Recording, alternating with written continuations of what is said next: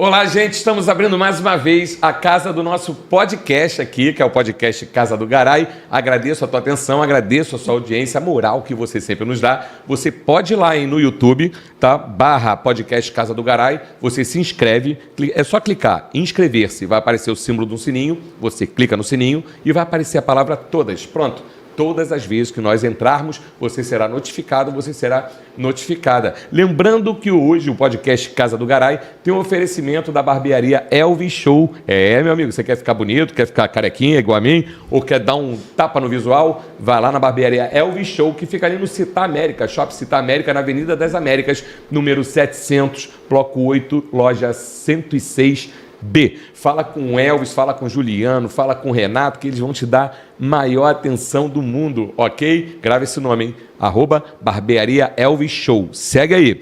Hoje nós vamos entrar no quadro de saúde, né? O saúde, que eu adoro esse tema. Eu falo que abaixo de Deus a saúde é a coisa mais importante que nós temos em nossas vidas. Eu trouxe duas profissionais do mais alto gabarito, da mais alta qualidade, que é a doutora Alcione Santos. Ela é neuropsicóloga e também psicóloga. Vai falar sobre o tema TDAH, que é um tema que todos nós temos dúvidas, às vezes não sabemos se temos, como é que a gente faz para diagnosticar. Tudo isso vai ser falado aqui no nosso programa, e também com a endocrinologista, a doutora Ilara Schiavo, que vai falar também de um tema importantíssimo que hoje afeta grande parte da população, que é a diabetes. Muitíssimo obrigado pela tua presença, por ter aceito o meu convite para participar aqui do podcast Casa do Garay, Lara. Oi, obrigada, Robson. Eu que te agradeço de estar aqui. Muito feliz.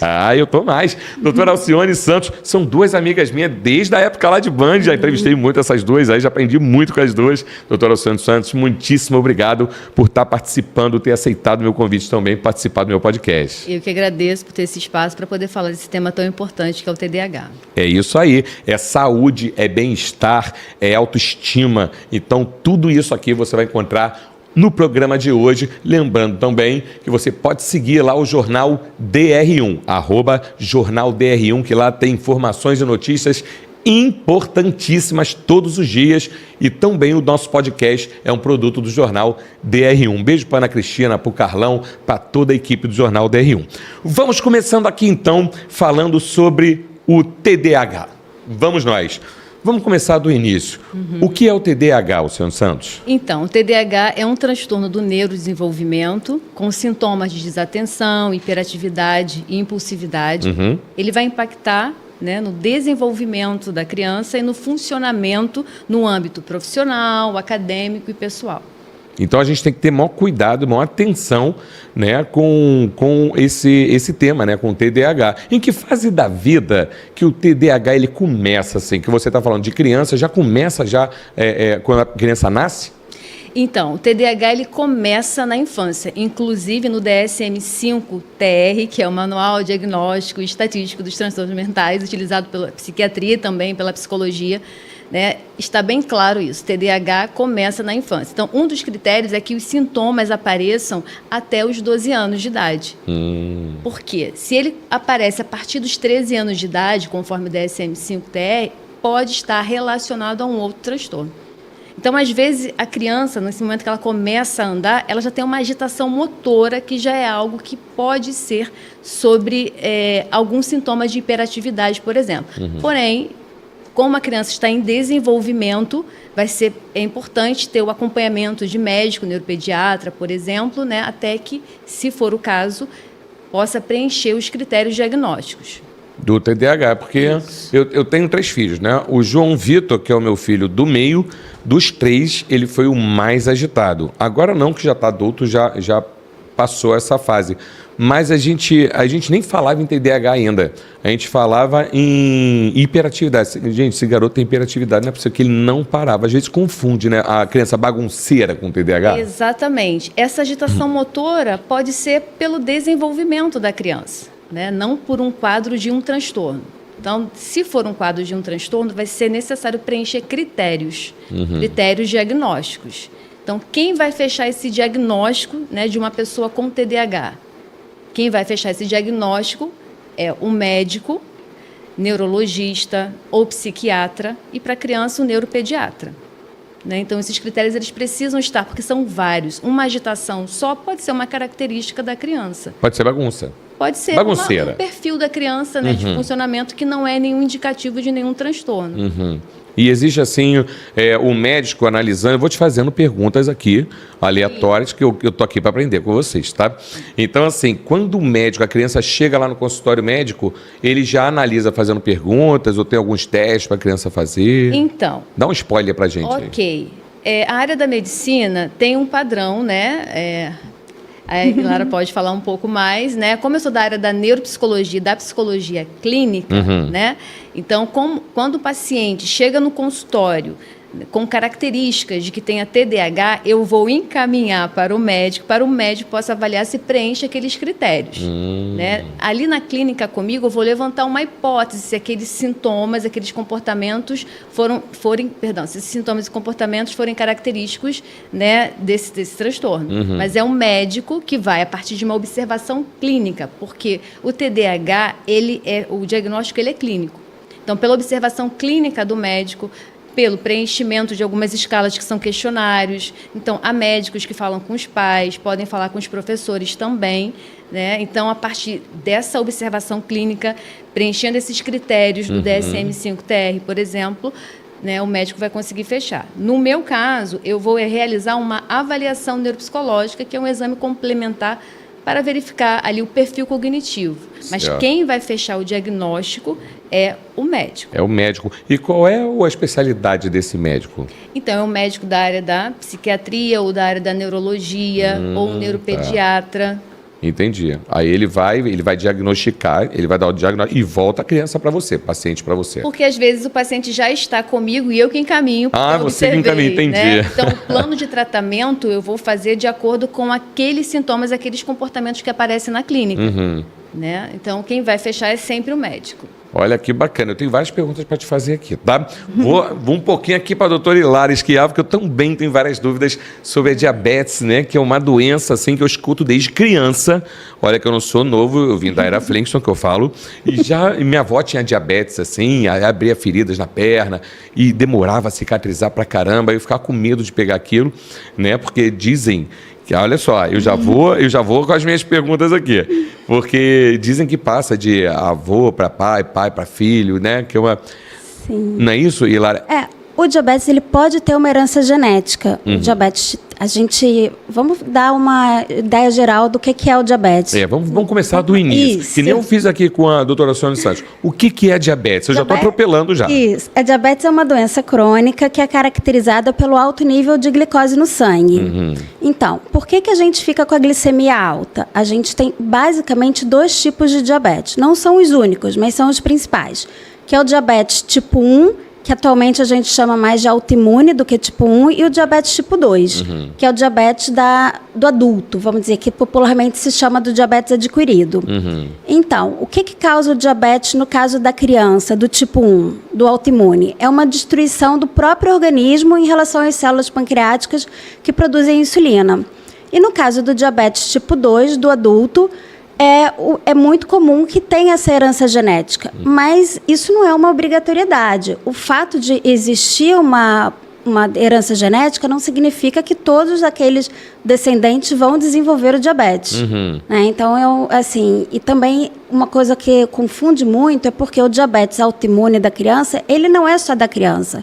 Ele tem um maior pico de incidência entre 4 e 6 anos e depois entre 10 e 15 anos. Mas ele pode acontecer em qualquer idade. Assim como o diabetes tipo 2, que é o diabetes do adulto, popularmente chamando, ele também pode acontecer na criança e adolescente se tiver acima do peso, se tiver uma forte herança genética, se tiver uma história familiar que o pai ficou diabético também muito cedo e outros avós, tios e tal, também pode acontecer.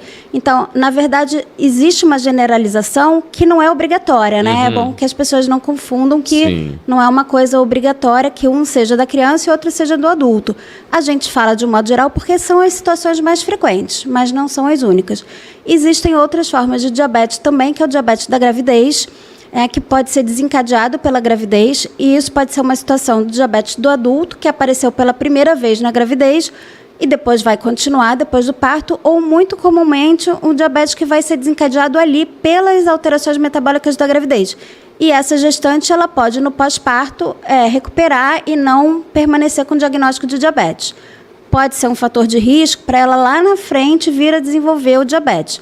Mais uma vez, nada é regra. Isso é uma coisa que pode acontecer, como não pode acontecer.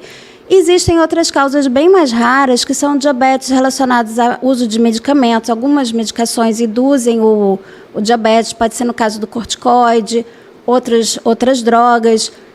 Um acidente, que a pessoa tenha uma perda do pâncreas ou tenha tido uma cirurgia de um tumor, alguma situação assim, pode acontecer também um diabetes, que não é uma coisa muito comum, a gente não vê isso no dia a dia, mas são causas secundárias que a gente pode chamar. É um cotidiano, né, que você vê ali, né, você vê que não é por hereditariedade, mas às vezes... tem um histórico, né, histórico de um acidente, tem histórico de um tumor, ou uso de droga, uma droga muito comum aí do dia a dia, que é muito mal utilizada. Assim, é um santo remédio, eu diria, mas tem que ser extremamente prescrita pelo médico. Qual é? Que são os corticoides. E é venda livre, infelizmente, e muita gente aprende a usar por determinadas situações, e aí por um bem-estar, vai ali na farmácia, compra, exagera na dose, acaba dando dependência, acaba dando hipertensão, diabetes, uma série de coisas que, infelizmente, as pessoas, às vezes, por um benefício curto prazo e por não ter ideia do que é a medicação, acabam usando de uma forma inadvertida, com consequências bem graves, no caso. Olha só, hein? O corticoide, então, ele é um vilão, vamos chamar de vilão número 1 aí. No caso do diabetes, é uma medicação que pode induzir, mas é uma medicação fundamental para inúmeras doenças. Então, assim, eu não estou contraindicando de jeito nenhum. Entendendo perfeitamente. É uma droga maravilhosa, mas ela tem suas indicações. Entendi. Então tem que ficar de olho aí. Exatamente. Nunca faça uso por conta própria, por mais que você possa ir na farmácia comprar. Sim, até mesmo porque se a pessoa já tem um quadro de diabetes, sim, né, ela nem pode tomar o corticoide. Não, ela... Estou falando como leigo aqui. Não é que ela não possa tomar, porque tem algumas situações que é mandatório o uso de corticoide. Mas a gente tem toda uma estratégia na endocrinologia para acompanhar aquele tratamento e para poder monitorar os níveis de glicemia, intensificar o tratamento, enfim, deixar aquela glicose controlada, apesar da necessidade do tratamento. Olha como é que é importante, né? Você, um acompanhamento médico ali, né? Com profissionais qualificados, né? Sim. Doutora Alcione, eu estava conversando com a Elara e ela falou que a diabetes, existem tipos de diabetes. Com TDAH é a mesma coisa? Existem tipos de TDAH? Sim. Há 3 tipos de TDAH, né? Tem a apresentação predominantemente desatenta, tem a apresentação predominantemente hiperativa, impulsiva, e tem a apresentação combinada, que há os sintomas tanto de desatenção quanto de hiperatividade e impulsividade.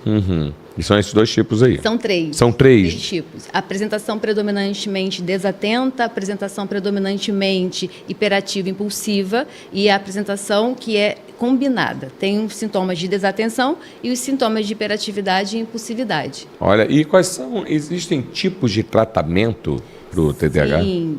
Vou falar da área da psicologia, Sim. tá? Porque existe, na verdade, o tratamento ele é multimodal, multiprofissional. Então, é necessário combinar várias intervenções. E as intervenções são medicamentosas, que é com o médico, né? O médico vai prescrever medicação, neurologista ou psiquiatra. As intervenções são com psicoterapia, orientação parental, que é essa orientação familiar. A família é muito importante, então o psicólogo ele vai fazer essa psicoeducação com a família sobre o que é TDAH, por exemplo, e dependendo do caso, essa orientação com a escola, com os professores.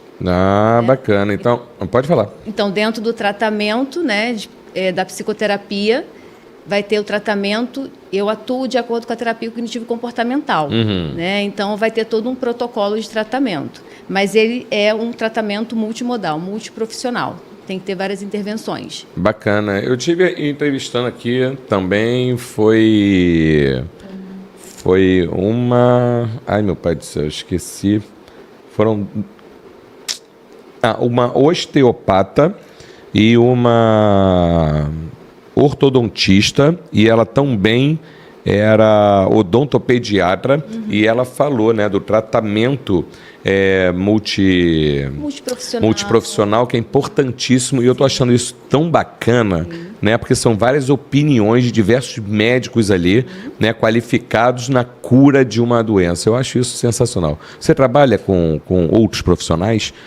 Sim, trabalho com... tem a psicopedagoga, e se a criança tem alguma questão relacionada à aprendizagem, eu encaminho para a psicopedagoga. É sempre assim, um trabalho com vários profissionais, né? Indicando quando é necessário um psiquiatra, indicando quando é necessário um neurologista e outros profissionais da área, né? Porque às vezes a criança tem uma questão relacionada à aprendizagem, então eu encaminho para, né, a psicopedagoga. Tem também questões de linguagem, então eu encaminho para a fono, né?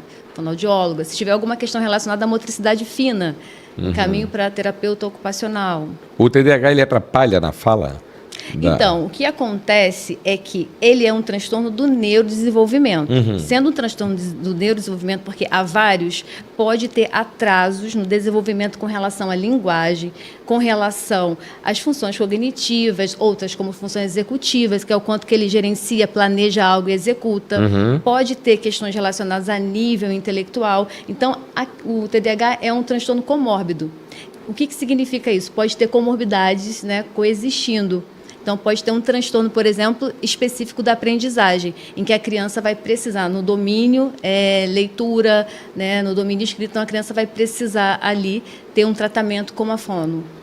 E isso atrapalha muito, né? Porque ela vai estar numa turma, numa classe, né, com várias crianças, ela com aquela dificuldade de aprender, né, não acompanhando os alunos ali, principalmente criança, né? E começa a sofrer, às vezes, bullying, outras coisas. Exatamente, por isso que esse tratamento, ele é multiprofissional, porque o psicólogo, o neuropsicólogo também, ele vai fazer essa intervenção com a escola, orientando, psicoeducando, se for necessário, sobre o que é TDAH, quais são as causas, quais são os prejuízos, e montando ali com aquele profissional que atua com a criança, né, ou com o adolescente, um acompanhamento, né, é feito uma parceria com a escola, no sentido de orientar, né, se a criança precisa na sala de aula de um assento específico, mais próximo do professor, distante de estímulos externos, por exemplo, né, então por isso que esse tratamento é muito importante, com vários profissionais.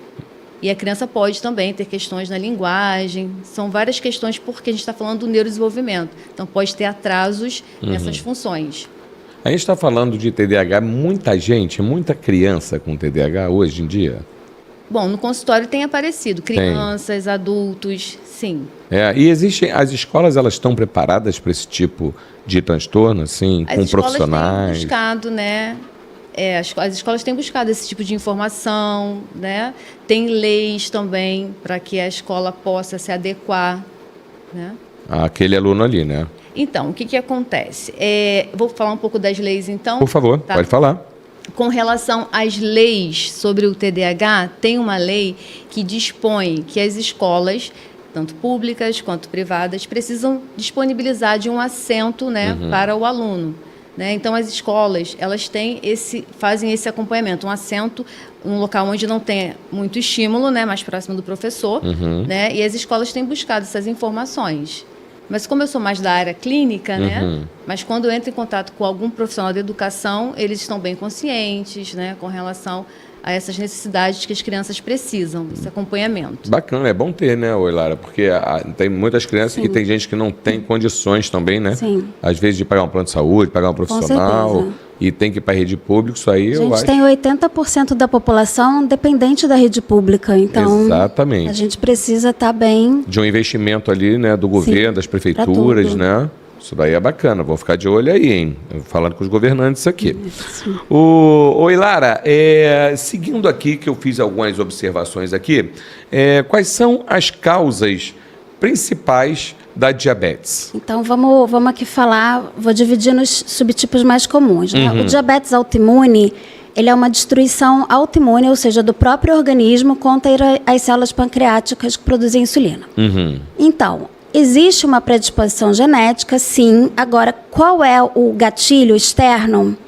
Muito se discute, mas ninguém conseguiu bater o martelo ainda para dizer é isso, é aquilo. Pode ser um vírus. Houve aí discussão na época do Covid. as crianças infectadas pelo Covid tiveram mais predisposição ao desenvolvimento do diabetes, sim ou não? Ou foi o isolamento, ou foi o estresse? Enfim, muito se discute, mas eu não posso chegar aqui e dizer para você que a gente tem uma causa definida para o diabetes autoimune. A gente sabe que existe uma condição genética predisponente, existe uma concordância entre irmãos, às vezes não tem ninguém da família, mas tem 2 irmãos com diabetes tipo 1. Isso é uma coisa relativamente frequente de acontecer. Então, é uma coisa que não dá para a gente prevenir, vamos dizer assim. E o diabetes do adulto adquirido, que embora também tenha uma predisposição genética, nesse caso, o estilo de vida ele tem um poder de prevenção. É um fator importante. Sedentarismo, obesidade, não significa que magros não tenham diabetes. Sim. Não, isso pode acontecer. Mas os obesos estão mais propensos a desenvolver. E, ao contrário da patologia do diabetes tipo 1, o tipo 2, ele começa com uma alteração contrária. Enquanto nas crianças a gente não tem insulina, ou seja, aquele pâncreas, que é o órgão responsável por produzir insulina, ele não fabrica mais, no adulto a gente tem muita insulina. Por quê? Porque a gente tem uma resistência na periferia.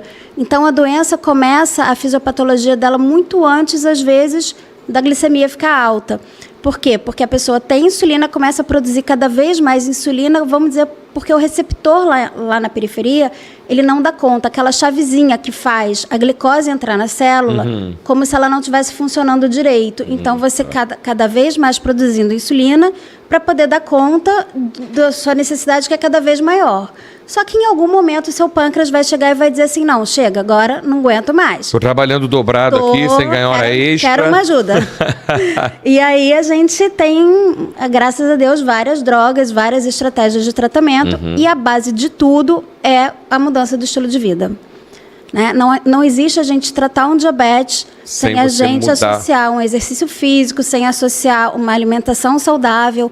E eu não gosto de falar em dieta, porque parece que a gente está restringindo alguma coisa, e eu acho que a proposta de tratamento da diabetes hoje não é por aí. É uma alimentação saudável, e principalmente com as crianças, a gente tem várias estratégias de contagem de carboidrato, ou seja, a base de tudo é a educação, é o entendimento, porque a pessoa vai conseguir ter uma convivência, uma qualidade de vida ótima, mesmo sabendo fazer suas escolhas, sem ter aquela vida restrita como se pregava no passado.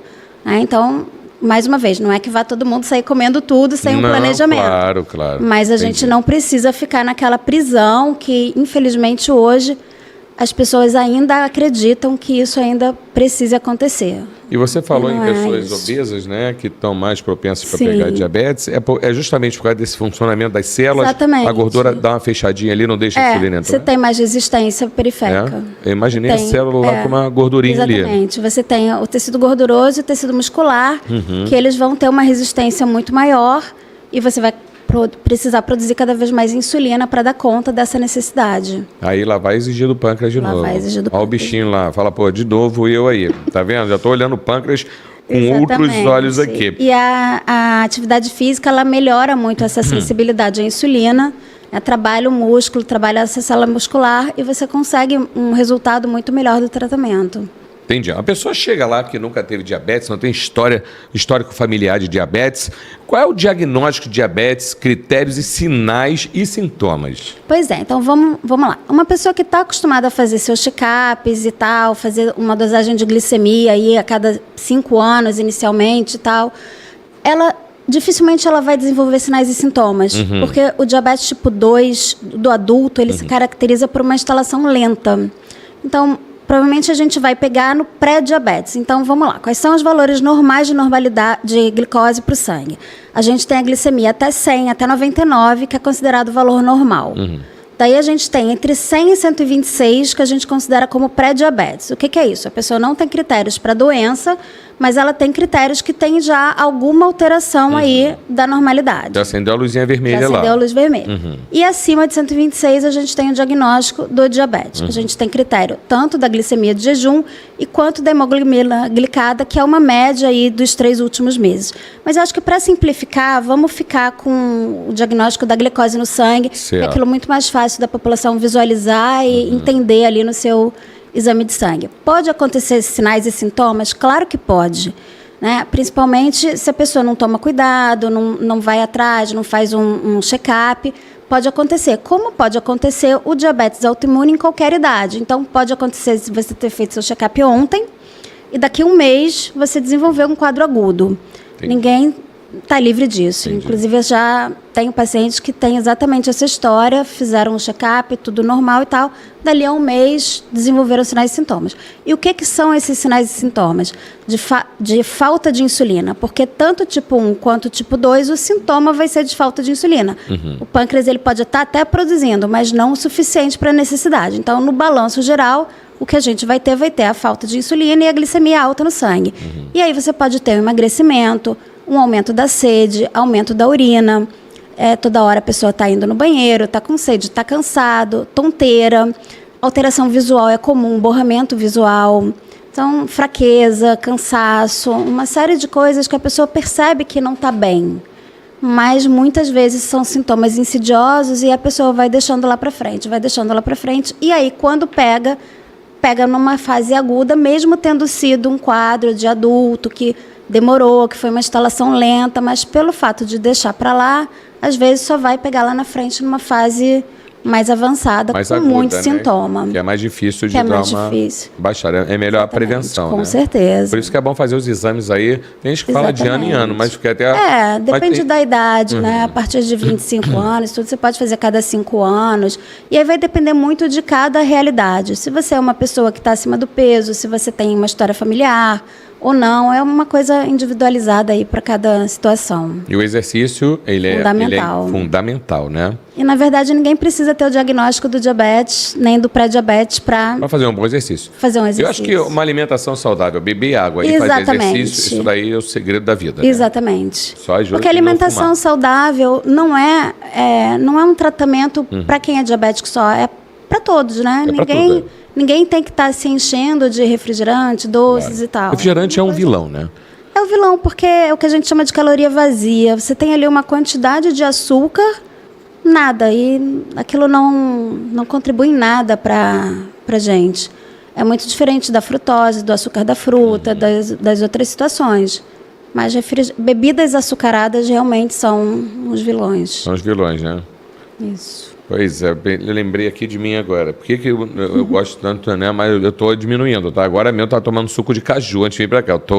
Falei, não, vou lá no doutor Hilário, não vou dar esse mole, não. Hoje não. Ai, meu Deus, vamos falar... Vamos falar dos critérios? Vamos falar dos critérios aqui. O que eu ia falar é o seguinte: como é que é realizada a terapia cognitivo-comportamental no tratamento da TDAH? Tá. Então, a terapia cognitivo-comportamental é uma abordagem teórica, né? Ela é mais indicada para o tratamento do TDAH, né? Então, a partir do momento que o paciente chega, em cada paciente vai se manifestar de uma forma os sintomas. Eu vou elaborar um plano de tratamento, né, baseado nessa abordagem em que se trabalha a psicoeducação, treino de habilidades, estratégias compensatórias e outras técnicas. Então, o que é psicoeducação? Eu vou explicar para esse paciente o que é o TDAH, né? Quais são os sintomas, quais são os prejuízos e fazer uma correlação com o que ele está vivenciando naquele momento. Tipo, para ele se tocar que ele já foi diagnosticado, você já sabe? Então, quando esse paciente já chega com o diagnóstico, né? Porque quando ele não chega com o diagnóstico e eu observo, eu já vou encaminhar para o médico e vou trabalhar o que está aparecendo. Isso. Aí ele voltou para você já com o diagnóstico. Já com o diagnóstico. Então, eu faço um trabalho baseado nessa abordagem teórica. Então, psicoeducação quer educar esse paciente. O que é o TDAH? Você sabe o que é o TDAH? Quais são os sintomas? Vamos fazer uma correlação. Quais são os prejuízos que você está tendo na esfera acadêmica ou profissional, se for adulto, né? Também vou trabalhar as estratégias compensatórias, porque eles têm uma dificuldade de se organizar, de manter o foco, de se concentrar. Então, por isso, se esquecem de muitas tarefas, de concluí-las. Então, eu vou trabalhar com ele. Se você não consegue se recordar, então vamos usar a agenda, vamos fazer uma planilha, vamos estabelecer, colocar alarmes, etiquetas em gavetas para saber onde estão os documentos, por exemplo. Olha, você vai dando ferramentas, né? Para ele melhorar. Exatamente. Que bacana. E as pesquisas apontam que a terapia, com o tempo, né, a terapia cognitivo-comportamental, realizada dentro da psicoterapia com o psicólogo, né, ela traz benefícios e evolução do caso. né? Então, é provado cientificamente, né? Que existem várias abordagens. Então, eu vou trabalhar psicoeducação. Se for criança e adolescente, vou trabalhar na orientação parental também, explicando os pais o que é o TDAH da mesma maneira, né? Quais são os sintomas e o que está afetando na vida do filho. E aí, para esse paciente com TDAH, né? As estratégias compensatórias que nós vamos estipular, né? Como, por exemplo, eu mencionei alarme, né? Etiquetas, por exemplo, em gavetas, para saber onde estão os documentos e outros objetos. Também vamos trabalhar habilidades sociais. Às vezes, o paciente, porque ele tem é impulsivo e fala, às vezes, se intromete na conversa do outro, né? Então, ele pode ter uma inabilidade ali nessas relações sociais. Sim. Então, vou trabalhar com ele um treino de habilidades sociais, porque a gente busca os comportamentos mais adequados nas relações, né? Para não passar por entrão, para não passar por mal educado, Sim. aquela pessoa que corta do nada, sem pedir licença, não é isso? E ele faz isso inconscientemente. Então, ele faz de uma forma, o cérebro dele funciona de uma forma, então que ele não consegue inibir a resposta. Quando ele vê, já falou. Então, muitas pessoas são até consideradas sem filtro, porque quando viu, já falou e pode ativar emocionalmente, não só ele mesmo, mas também outra pessoa que está se relacionando.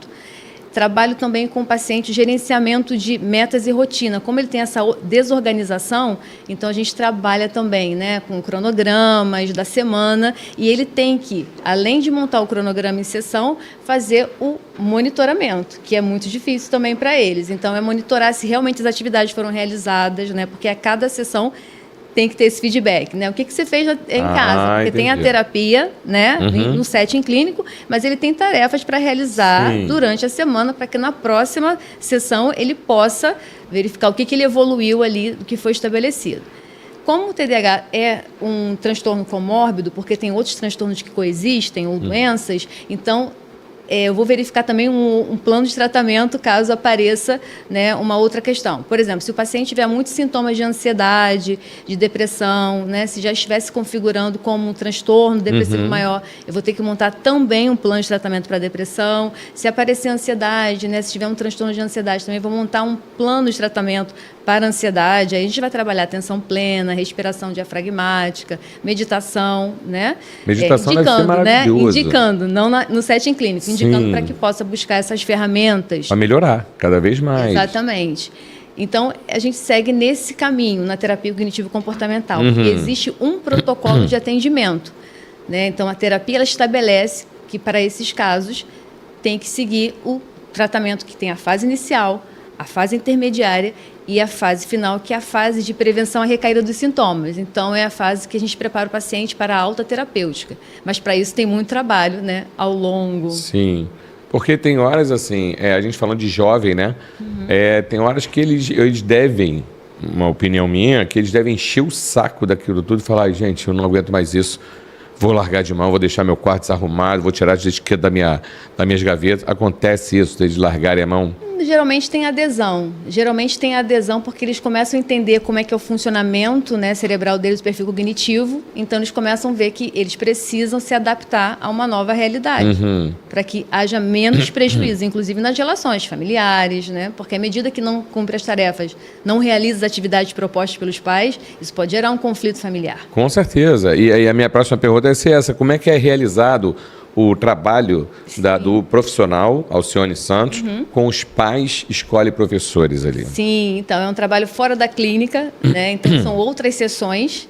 As sessões com os pais, a gente vai trabalhar muito também a psicoeducação, como eu mencionei, e também essa educação. Cada pai é de uma forma, né? Pai e mãe é de uma forma. Então, às vezes, a educação, ela é polarizada. Um é muito permissivo, o outro é muito rígido. Então, eu trabalho com eles para que eles possam encontrar uma maneira, né, de uma educação que possam, né, ser mais equilibrada para a criança ou para o adolescente. É uma orientação mesmo para os pais ali. Orientação mesmo. Porque a gente, eu sou pai, né, a gente não sabe, né, e eu tenho lá a mãe dele, apesar de nós sermos separados, nós somos muito amigos, eu e da Núbia, e a gente está sempre tentando manter esse equilíbrio para entender. Mas entre pai e mãe sempre tem aquele guarda ruim e o guarda bom, né?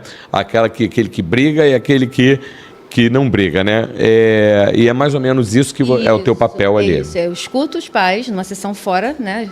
Não é no mesmo dia, em outro momento, para saber como é que é a educação de cada um e o que pode ser feito para esse ajuste. E é disciplinar com o rigor apropriado que a gente fala. Não é deixar de disciplinar e educar.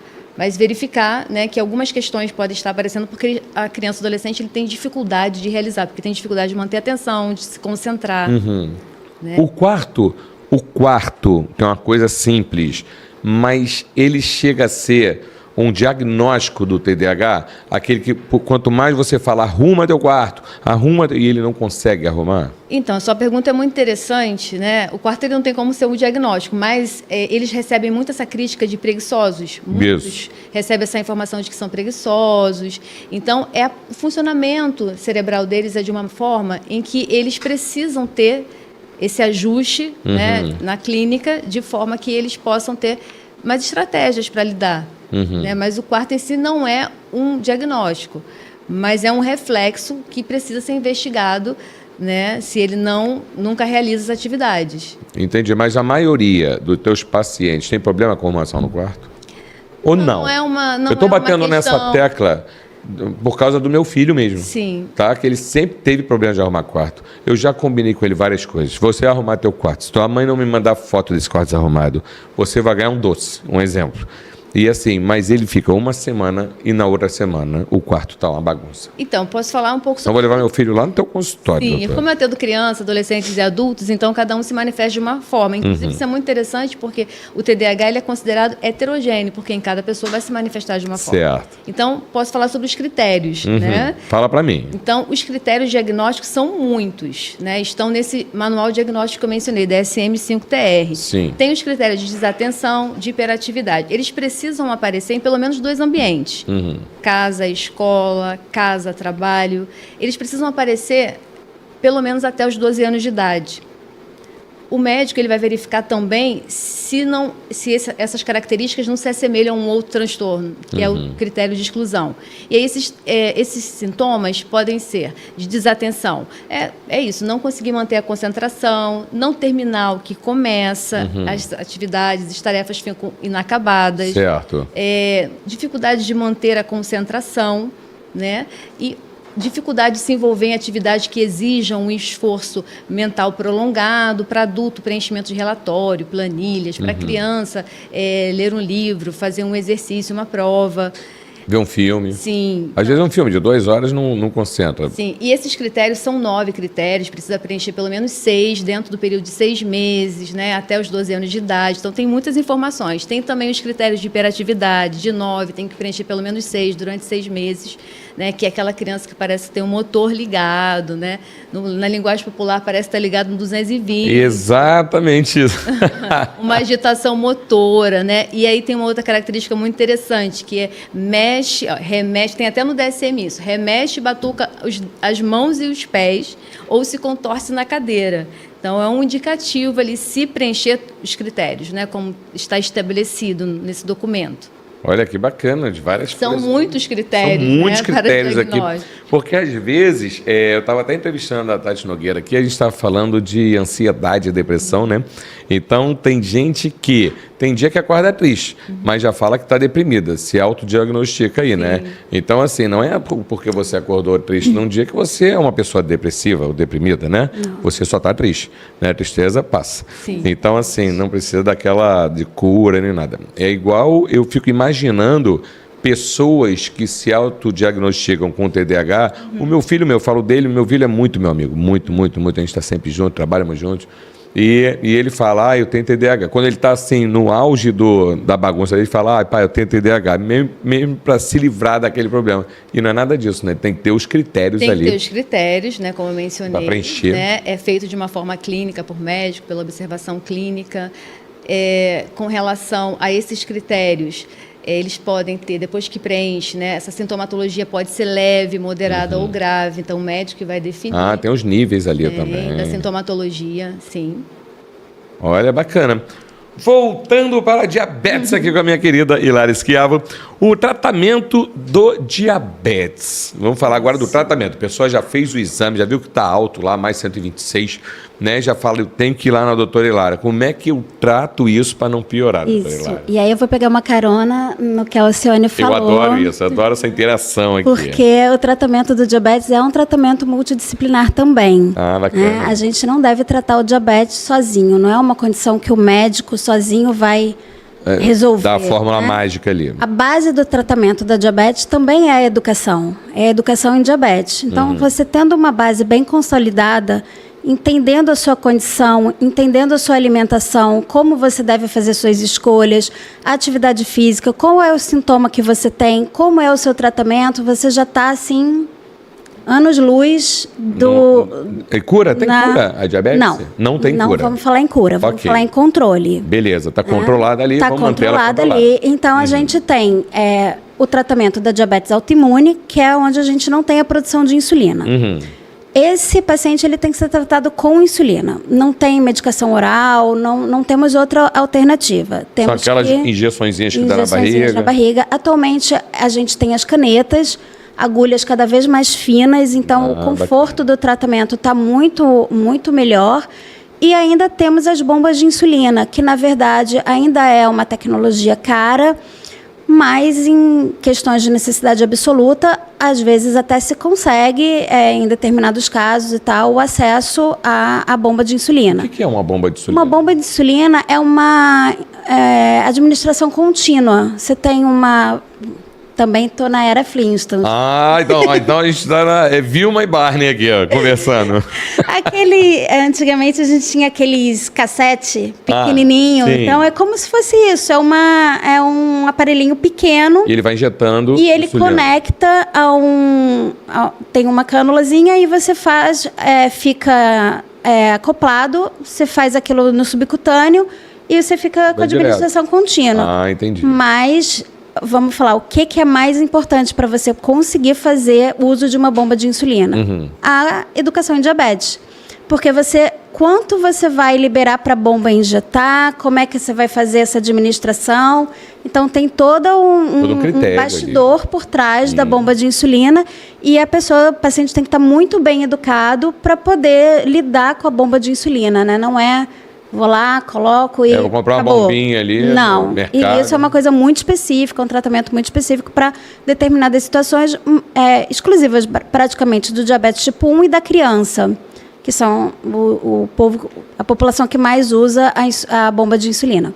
A gente tem também a monitorização contínua. Por quê? Porque o diabético que depende da insulina, ele tem que fazer várias aplicações de insulina por dia. E é aquela... questão da furada de dedo, da ponta de dedo, né? Os aparelhinhos. Aquilo é uma arma fundamental. O paciente tem que saber monitorar, tem que saber o que ele vai fazer com aquele resultado.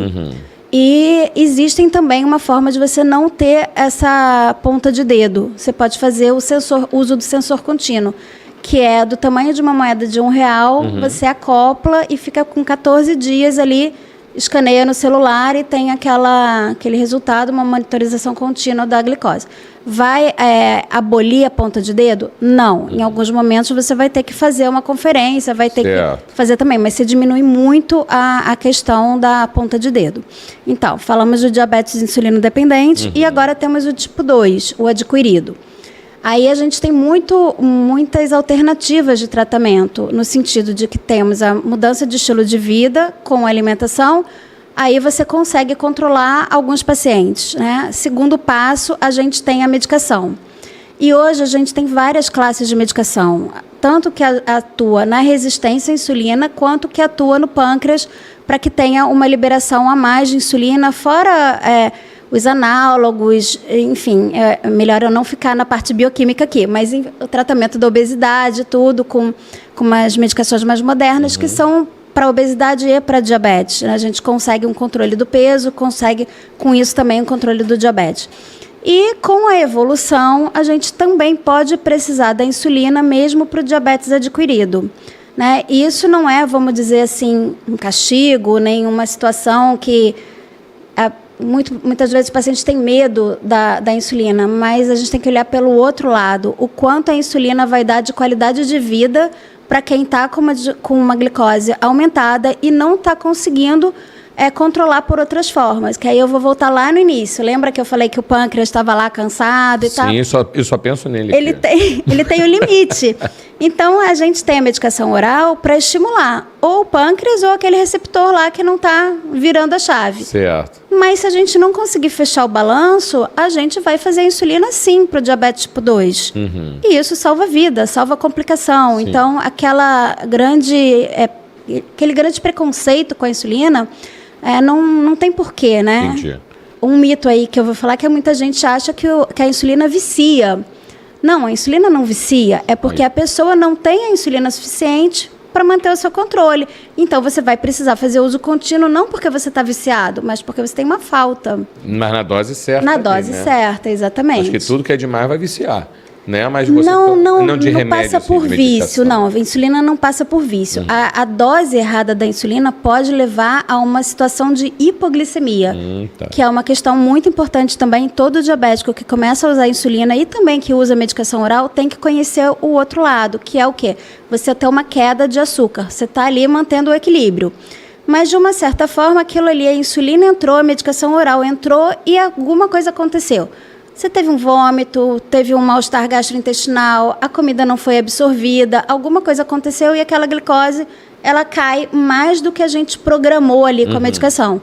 E com isso você tem que saber reconhecer quais são os sintomas e agir rapidamente, né? Então, quando tem uma queda de açúcar, uma hipoglicemia, abaixo de 70, entre 50 e 70, um caso de hipoglicemia leve, ou abaixo de 40, uma hipoglicemia já grave, nível 2, que a gente chama. Então, o que acontece? Nesse caso, o paciente vai ter sudorese, ficar suando frio, gelado, sensação de desmaio.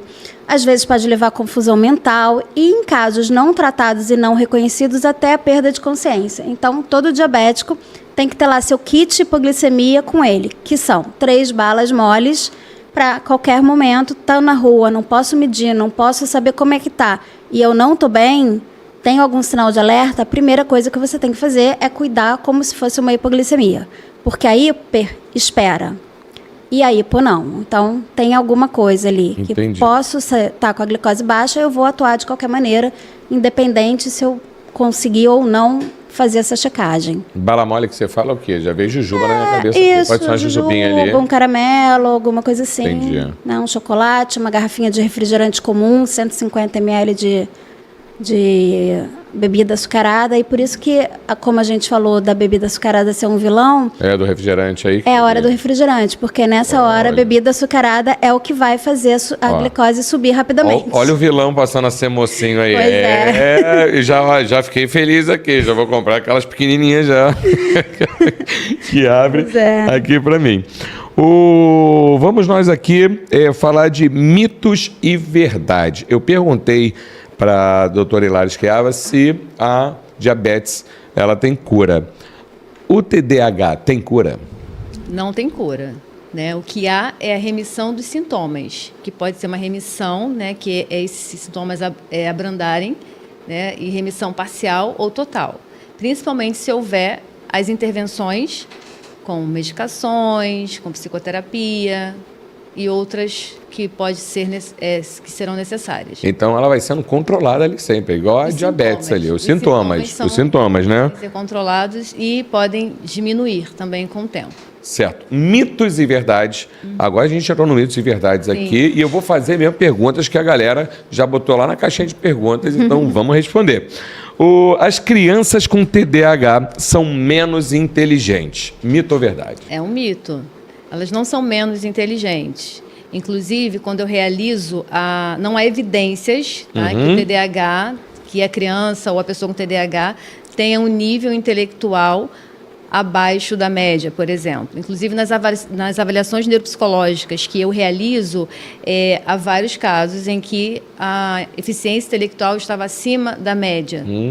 Né? O que acontece é, às vezes, o paciente ele se sente um pouco incapaz, frustrado porque às vezes tenta realizar uma atividade e não consegue ir até o final. Então ele acaba se sentindo, por conta do desempenho acadêmico, acaba se sentindo como se não fosse inteligente. E às vezes há uma interpretação equivocada das pessoas diante disso, porque não conhece a pessoa e não conhece também o TDAH. É uma autocobrança que ela tem, né? Principalmente ali do jovem para a fase adulta ali, eles se cobram muito, mesmo quem não tem TDAH, né? Eles já se cobram Sim. de natureza. Imagina quem tem, né? Exatamente. O TDAH, ele pode desencadear uma ansiedade, uma depressão? Sim, inclusive é comórbido, né? Um transtorno do neurodesenvolvimento comórbido. Então pode sim coexistir outros transtornos, como depressão, como ansiedade, como transtorno também específico da aprendizagem. Então pode sim. E aí dentro da psicoterapia, por exemplo, quando o paciente chega, eu vou verificar qual que precisa ser cuidado com prioridade e, paralelamente, vou tratando, né, os sintomas dos outros transtornos. É bom que a doutora Alciane Santos, ela é Bradesco, ela é completa ali, né? Ela já é a neuropsicóloga, também já é psicóloga também, já entra os dois juntos aí, né? Porque eu realizo tanto a avaliação de crianças, adolescentes e adultos para verificar esse perfil cognitivo e também realizo a psicoterapia, que é baseada na TCC. Tá vendo? Ela já é um tratamento multidisciplinar por ela mesma. Ela tem vários profissionais ali com ela. Pegar carona no que a doutora Alciane está falando, sobre a questão das crianças e adolescentes, das legislações específicas e da importância da interação com a escola, para falar sobre um projeto que é o Diabetes nas Escolas. Ah, legal. Que é um diabetes que ele vem lá de Belo Horizonte, da doutora Janice e a doutora Márcia, que é uma endocrinologista, uma psicóloga, que é justamente a gente levar o conhecimento para as escolas sobre a diabetes, sobre como aquela criança precisa ser recebida na escola, sobre quais os cuidados. E, enfim, é um projeto muito legal que tem todo um treinamento online, gratuito. Olha, e online. É o projeto da Santa Casa de Belo Horizonte. E aqui no Rio eu estou fazendo a coordenação desse projeto. Então, a gente quer divulgar para as escolas que existe todo um treinamento online e que a gente está à disposição, porque a escola, se a gente for ver hoje em dia, tem criança que vai desde muito cedo e passa às vezes 10, 12 horas dentro de uma creche, de uma instituição escolar. Sim. E quando a gente pensa em criança, a gente pensa que às vezes um sintoma não é tão evidente. A criança não vai dizer que a visão está borrada, ela não vai dizer que ela está com mais sede, depende muito de uma observação.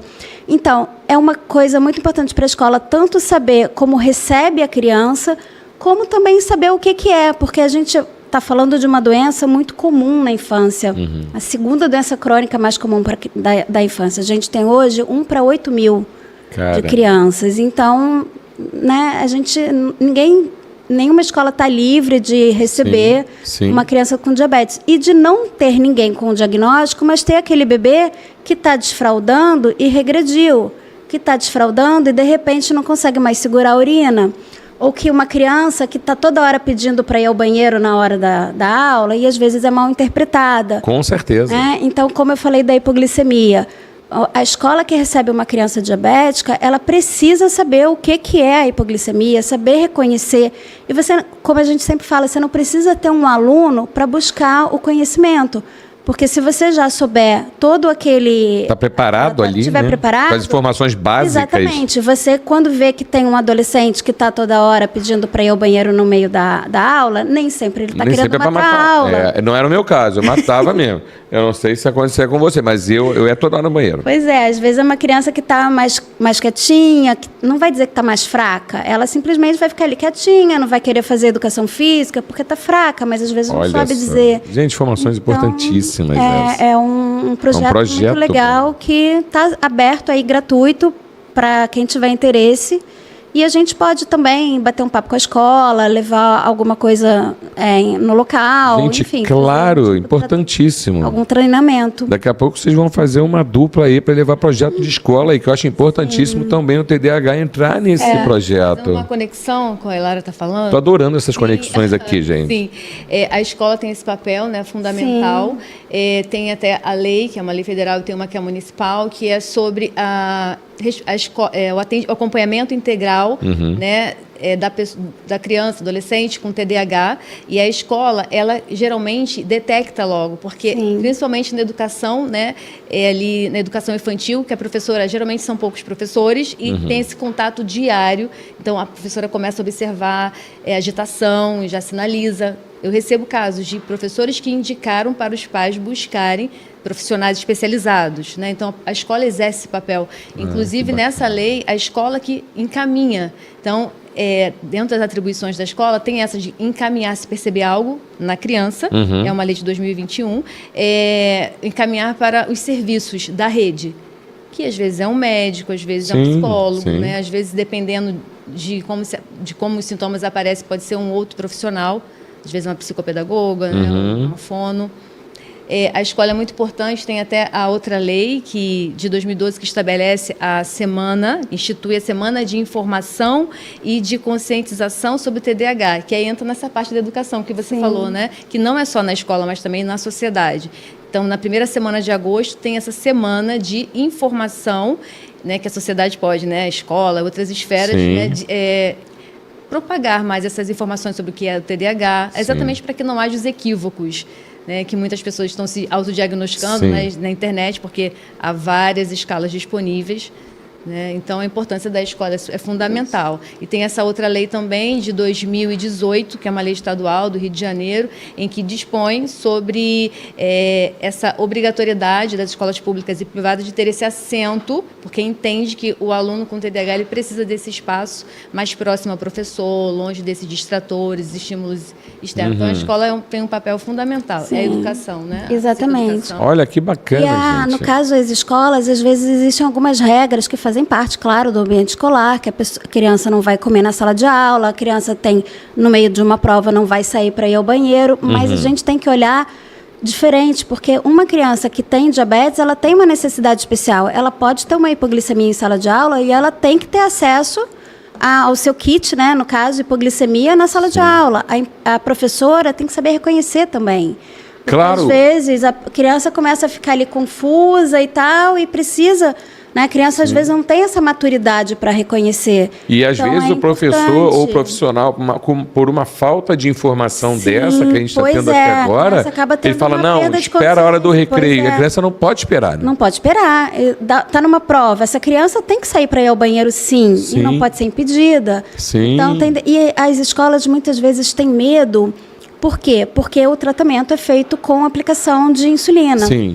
E, assim, não existe a obrigatoriedade e nem o projeto é para obrigar, nem fazer com que a escola administre, faça aplicação. Não passa por aí.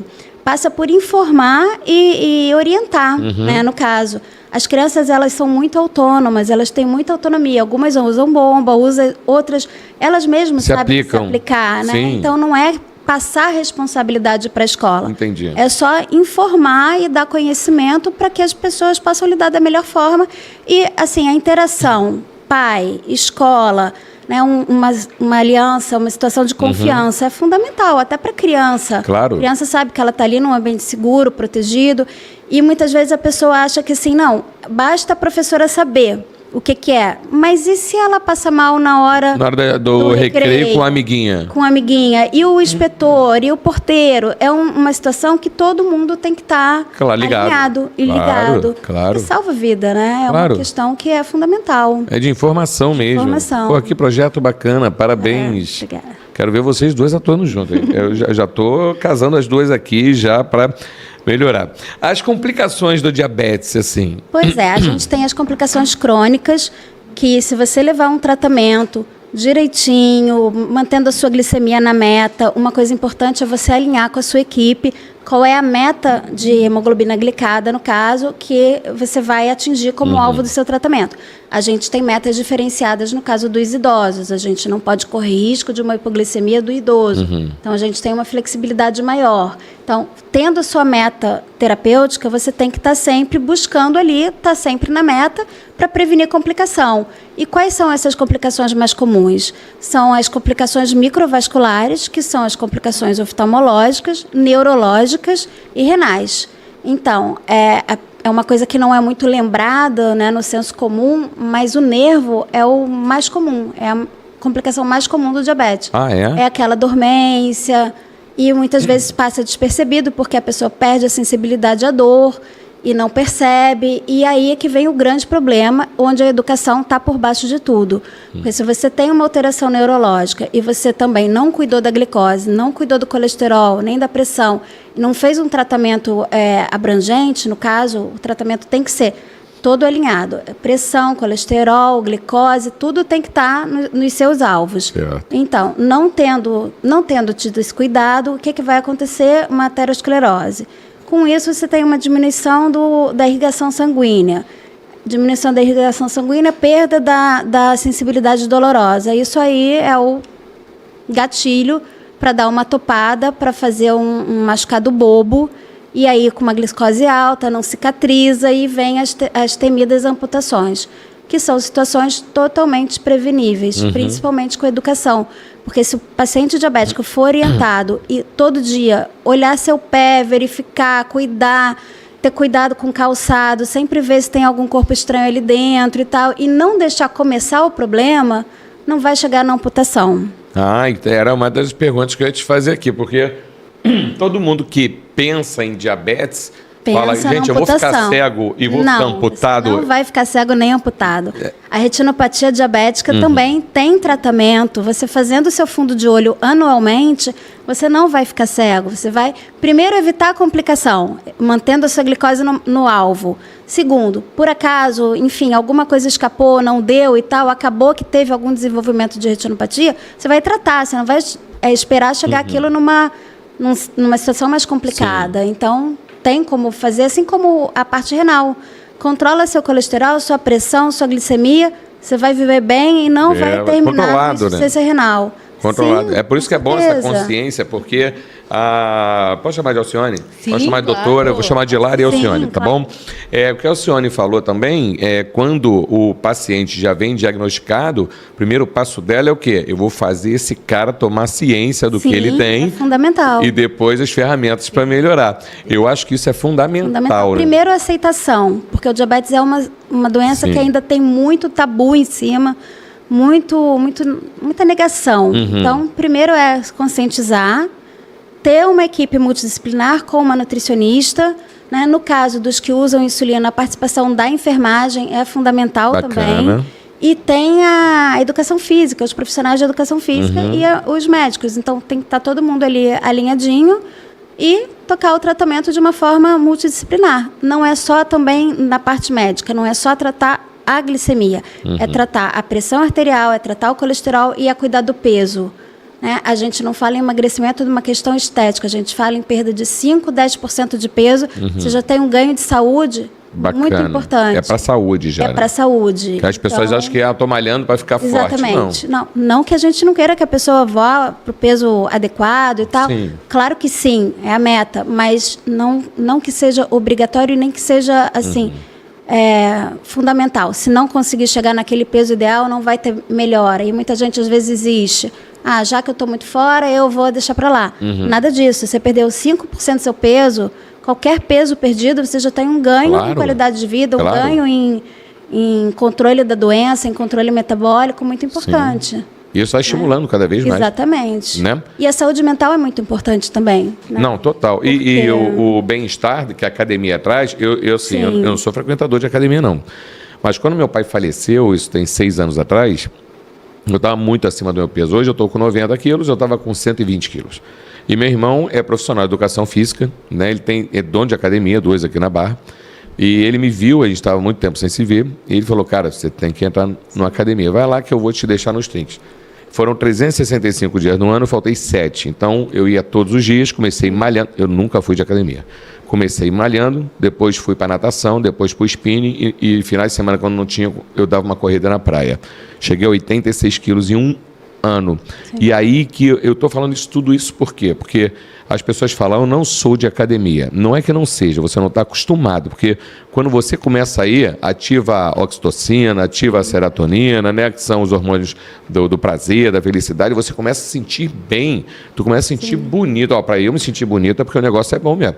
Então, assim, o exercício ele é fundamental, não só para o corpo, mas para a mente também. É sensacional. Pra mente. E a gente tem que ver a aceitação, como é que está a aceitação do paciente. Às vezes a família fica muito em cima e não pode comer isso, não pode comer aquilo. E não é por aí. Então, a saúde mental a gente tem que estar bem ligado, porque se não tiver uma saúde mental ali por baixo, o tratamento não vai andar. Sim. Então, também é uma parceria importante, muitas vezes, tanto a terapia quanto o psiquiatra. Às vezes, precisa entrar também por conta dessa situação. E depende muito também, não é nem do profissional, porque às vezes o paciente vai lá na Alcione, vai lá em você, quando sai dali faz tudo errado. Sim. Eu achei bacana quando ela falou, quando ele volta, vamos ver o que você fez aqui, ver a nota que você vai tirar no questionário. Com a equipe, isso é bacana, né? O vínculo com a equipe é muito importante. É boa, né? Sim, você tem um vínculo com o profissional que está cuidando, positivo.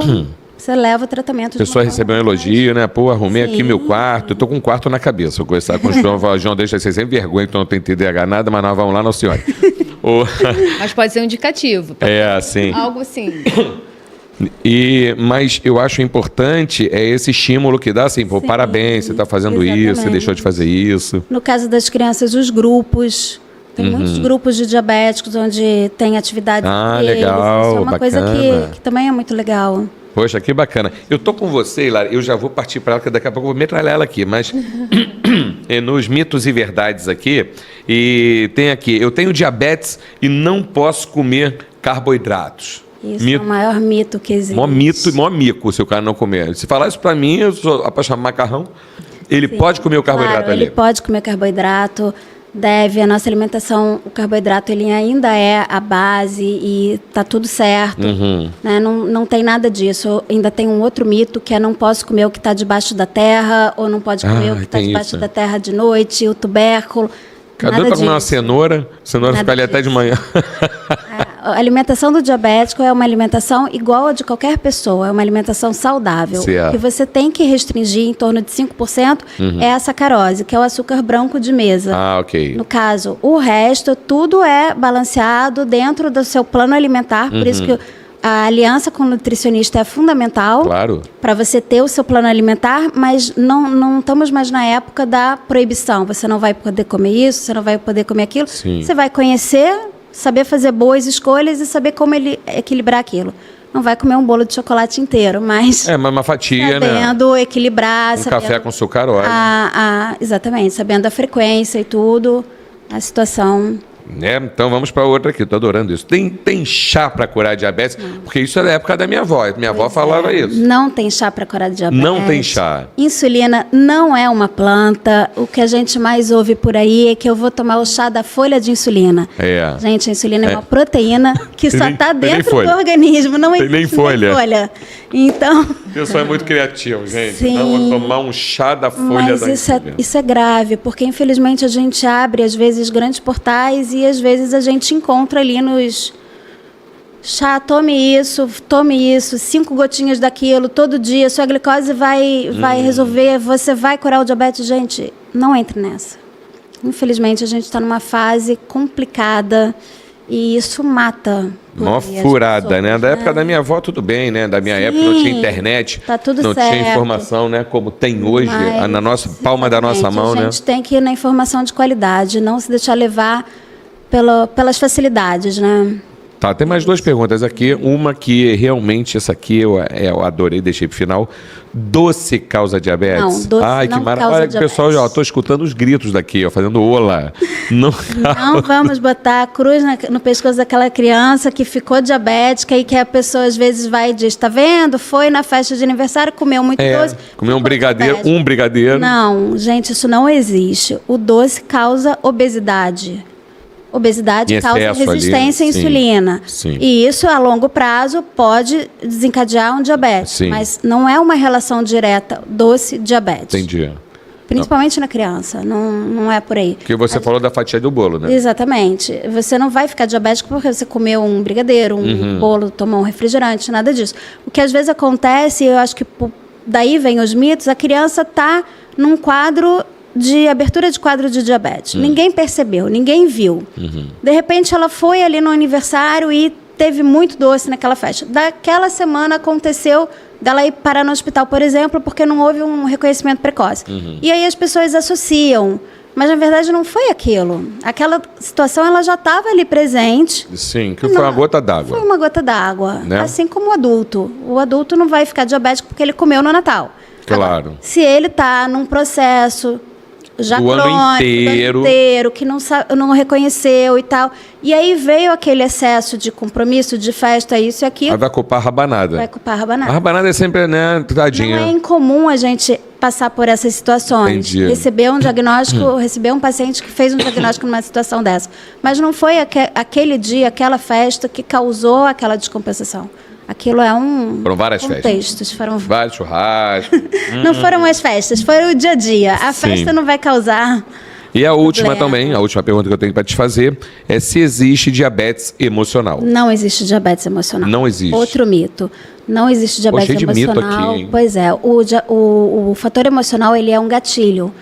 Ele, na verdade, o estresse, a gente tem uma liberação de hormônios de estresse e tudo, que o diabético, ele passa por períodos de descompensação da glicemia quando ele está estressado. Isso, de fato, acontece.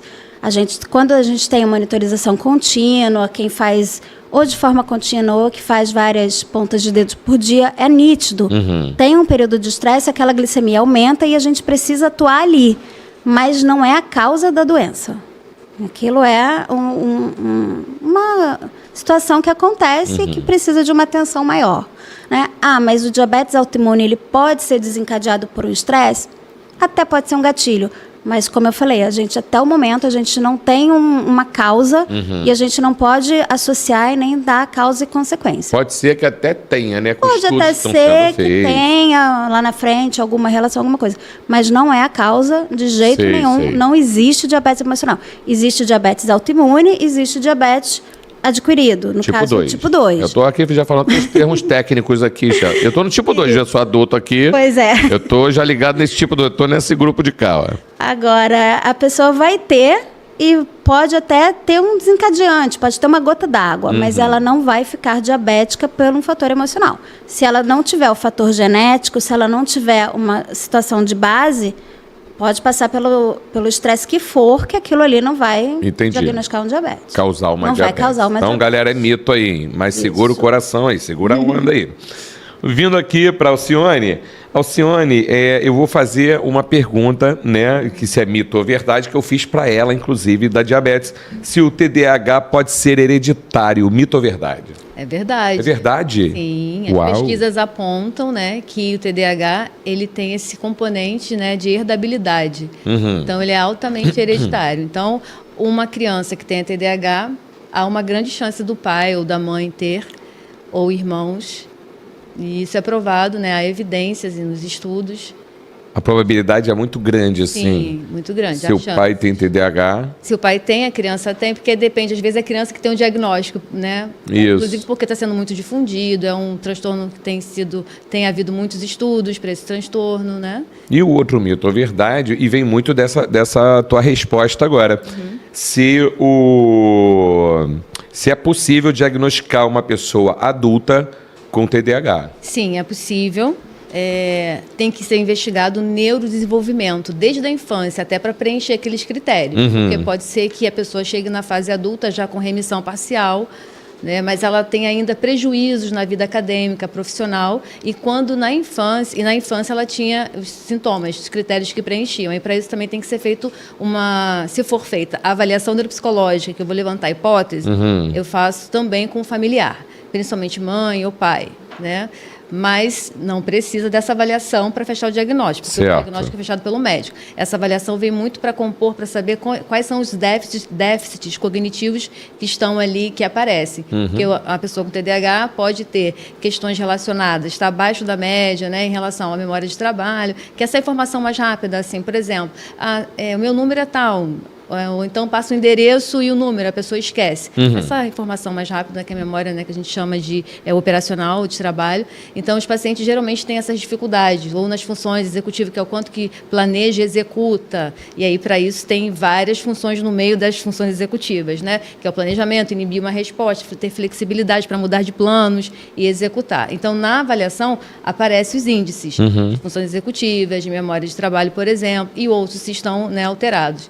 Então, só para esclarecer que a avaliação ela é um exame complementar, né?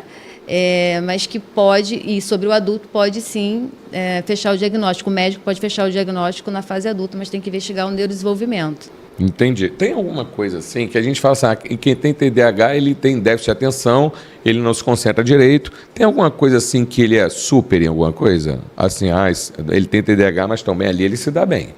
Que ele ali ele arrebenta. Não tem algo assim específico, é muito pessoal, mas tem algo que o hiperfoco que aparece, assim, em alguns casos de criança e adolescente, aparece o hiperfoco, que ele vai conseguir focar muito em atividades que ele se sente altamente motivado. Bacana. Então tem até, alguns pais falam, isso é muito corriqueiro, como que meu filho pode ter TDAH se ele vive na internet ou vive no jogando? É porque ele ama aquilo ali. Quando ele ama, ele tem um hiperfoco ali. Altamente motivado por algo, ele consegue se concentrar e inibe as outras respostas. Então, entendi. Que é a questão do hiperfoco, né? Que o TDAH, ele tem hiperfoco, pode ter. Olha, que bacana. E aqui, só faltam 2 perguntinhas para você aqui. Quais são os riscos para as pessoas com TDAH? O transtorno do déficit de atenção e hiperatividade é altamente oneroso. Então, ele pode trazer muitos prejuízos. Já começa na infância, no desempenho acadêmico. Então, muitas crianças vão ter dificuldades exatamente porque não conseguem manter ali a atenção, a concentração, não terminam as atividades, às vezes deixam uma prova em branco porque não viu que tinha aquela informação, porque eles se distraem com muita facilidade. Né? Na fase adulta, a pessoa pode ter um comportamento procrastinador, não se envolver em trabalhos que exijam muito esforço mental. Então, com isso, acaba não tendo muito sucesso na vida profissional. Isso não é para todos. Alguns que apresentam, né, esses comportamentos. Às vezes não é por incompetência que o cara não se dá bem, né? Porque ele não consegue mesmo. Ele não consegue, exatamente porque tem funções cognitivas que estão alteradas. Ou seja, está abaixo da média, não está funcionando ali como é esperado. Então, no adulto vai ter várias consequências, dependendo se tiver impulsividade, pode ter risco de lesões, de acidente de trânsito, isso é tudo documentado, né? Sim, imagina. No DSM, isso é relatado. Então, é um transtorno comórbido, porque ele pode ter questões também relacionadas, oneroso. Ele é comórbido, né, porque tem comorbidade, mas a palavra que eu gostaria de falar que é oneroso, porque traz muitos prejuízos. Certo. Né? Então, até nas relações, às vezes não consegue se relacionar, porque tem comportamentos inadequados, às vezes pode se envolver em acidentes, né, ocasionando as lesões. Sim, eu imagino a pessoa com transtorno de déficit de atenção dirigindo, deve ser um perigo, né? Não é que não possa, né? Não, eu tô falando, eu imagino dirigindo, porque qualquer coisa pode distrair ele, e sem ele querer aquilo. E aí entra uma outra questão, talvez essa atividade de dirigir pode ser algo que deixa muito motivado, também tem isso. Também, como videogame, como Sim. computador e tudo mais, né? A pessoa tem um hiperfoco ali. Sim, pode ser. Tomara que seja isso, imagina. Mas pode, por uma imprudência, né, por conta do impulso. Qualquer coisa, acabar se envolvendo mais em acidentes. Também tem a questão, né, do uso, o uso de substâncias, uso de álcool e outras substâncias, como tabaco, por exemplo. O adulto ele pode também ter esse comprometimento. Sim. Fala um pouquinho mais sobre isso. Então, exatamente por conta do perfil cognitivo, né? Então, ele não consegue controlar o impulso, tem a questão de recompensa, que é sempre recompensa, né? Então, ele acaba se envolvendo, isso, na literatura pode ser, por conta da impulsividade, né? Esse risco, através do uso de substâncias, uso de risco de substâncias. Entendi. Você já conseguiu... atirei no que vi, acertei no que não vi? Tipo, eu levo o meu filho e eu tenho certeza que eu não tenho TDAH. Aí você... Não, eu estou aqui no meu exemplo, tá? Eu não tenho mais essa certeza conversando contigo, eu já vou lá, eu e meu filho já. Eu levo ele é diagnosticado... Aí você manda ele para o médico, ele volta diagnosticado com TDAH, você fala assim, cara, eu vou dar uma olhada no pai desse cara. Então, já aconteceu na clínica. Já descobriu que o pai tinha TDAH? Então, já aconteceu na clínica, de eu levantar a hipótese diagnóstica a partir da avaliação neuropsicológica, que tem aplicação de teste, validado cientificamente, né, a partir de uma avaliação qualitativa e quantitativa. Já aconteceu de levantar a hipótese, encaminhar para o médico sobre a criança, né? E a mãe apresentar no consultório, na sala de espera, comportamentos, né? E também eu fiz a avaliação dela. A anamnese. Com ela eu não fiz a anamnese. Eu fiz a anamnese Uhum. e pude ter mais contato com ela. Ela apresentar alguns sintomas, mas eu não levantei nenhuma hipótese para ela através desse documento, porque eu não realizei a avaliação neuropsicológica. Certo. Mas já aconteceu já. Então, não de fechar. Não de fechar, mas de observar na mãe. A mãe levou para avaliar o filho e observei nela também comportamentos que se assemelham. E para fechar com chave de ouro aqui, em que momento eu devo procurar ajuda de um profissional? Vou misturar duas perguntas numa só aqui, Sim, que é claro. para fechar. Em que momento eu devo procurar ajuda de um profissional? Qual o profissional e qual a importância de realizar uma avaliação neuropsicológica? Tá.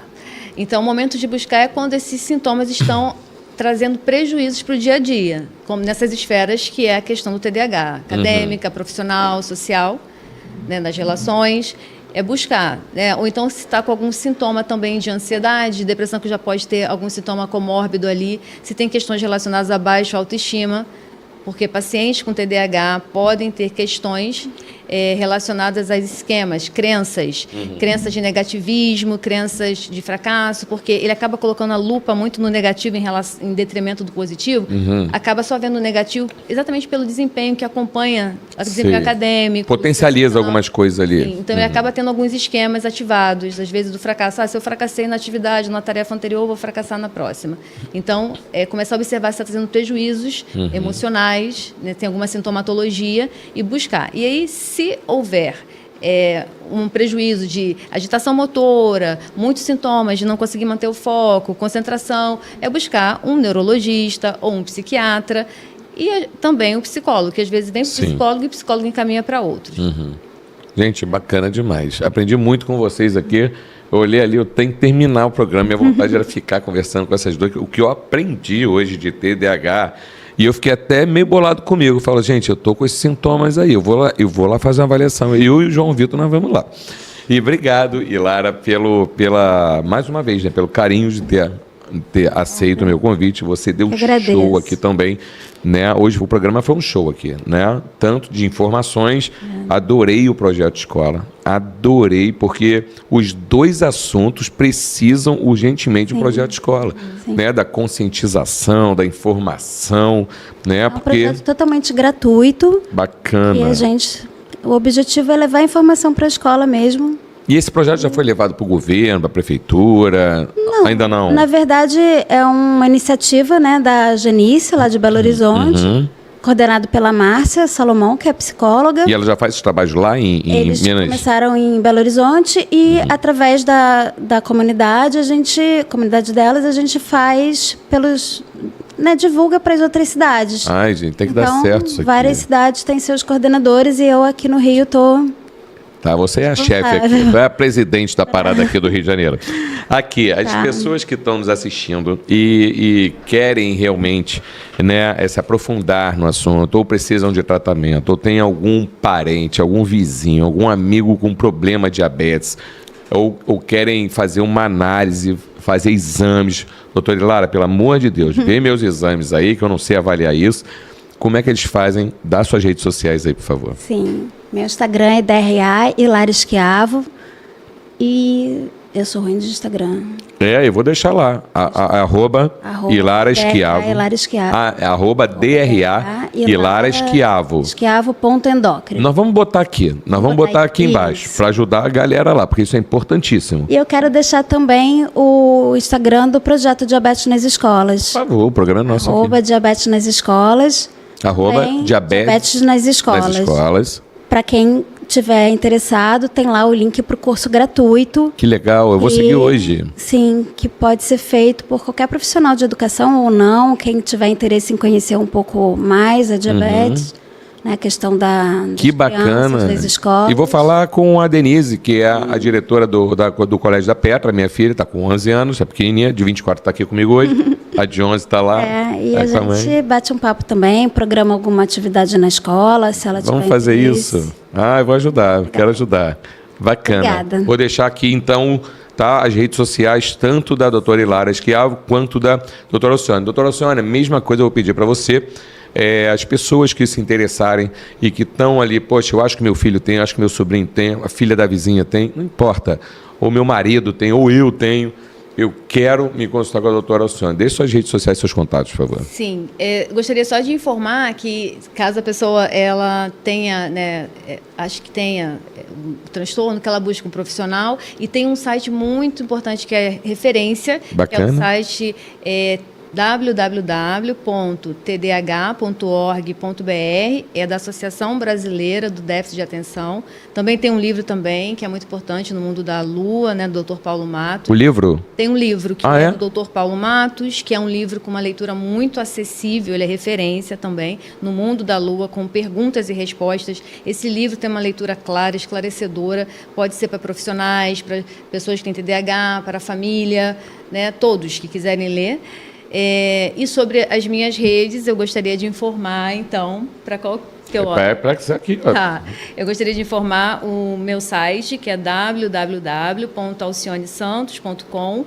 O Instagram é esqueci também. Vamos nós. Não tem problema que eu vou botar tudo aqui embaixo. PSI_Alcione Santos. Maneiro. Então, podem me encontrar lá, né, nessas redes. Então, beleza. @PSI_Alcione Santos e @Hilária Schiavo. DRA Hilária Schiavo, ponto endócrino. Ponto endócrino. Eu vou deixar tudo aqui para vocês, tá? Então, vocês vão estar bem, como é que eu falo?